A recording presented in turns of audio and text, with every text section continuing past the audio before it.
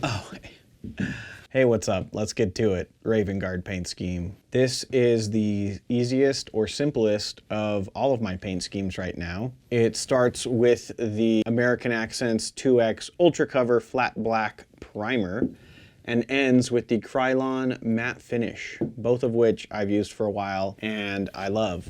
But the rest of the paints for these models can be broken up really into three groups. I've got brown, gray, and red. These things are kind of the finishing touches. So the brown colors. We've got these on the base and the leather pouches. Dryad Bark I use for the mud. I get that up the leg, you know, they're running in mud. Rhinox Hide has a couple uses. It's a base coat for the leather pouches, and I use it as the rim of the base. It's a nice deep brown. I use it for almost all the rims on my models. Doombull Brown. This is the highlight color for the pouches. It kind of brings the red out. The gray, which is the silver color or the non-metallic metal, I use 4 grays right now. So I start with a base of Mechanicus standard gray. My next level up from that is Dawnstone, then Administratum Grey, and my last color is Ulthuan Grey. So if you look at it, my non-metallic metal, so to speak, I mean, I don't know, it's good enough, right?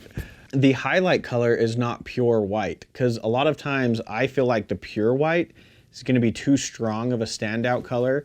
And so my highlight on the silver is the Ulthuan Grey, which Ulthuan Grey kind of gives it that last highlight color, but it's not going to compete or be too bright. I don't know, that's kind of my thought there. Khorne Red is the base color for the red. I do that in the eyes and on the shoulder pad.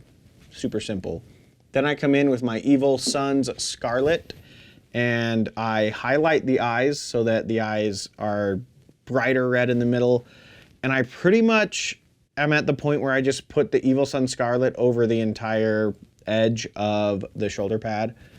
I don't know, before I was trying to highlight, but I was like, just make it all, it looks good. I like the bright red. And so once you get all of those down, and I would say the longest step is obviously the gray or the silver, non-metallic metal, whatever you want to call it, because it's the 4 colors and you're just kind of building up the grays as you go. Everything else is super fast. And then what I do is with the Abaddon Black, I go in, even some Newlin oil, maybe mix it together on the shoulder pad. If I've splashed red out, I try to clean that up so that it's a really cleaner line. And then I apply the decals, and the decals do a lot of heavy lifting in the army because it makes it look like there's really clean lines and everything. It adds the white, and the Raven logo stands out, which I really love. And then the decals like on the dreadnoughts and the tanks adds in that red color because they don't have as much leather type stuff. The eliminators, the leather cloaks, those are the same colors as the pouch, just a 2-tone. And the Dryad Bark as the mud even contrasts that a little bit as it comes up, so you can see where the mud hits the leather and it's kind of a different color. I'm really happy with it. The leather is kind of like a reddish leather, which really I think plays off of the rest of the red because the model is so much black and brown. Like I said, it's really simple, but the more I play with this army, the more I love the paint scheme. Micro Sol, Micro Set, I use those as their decal helpers. They make the decal process amazing.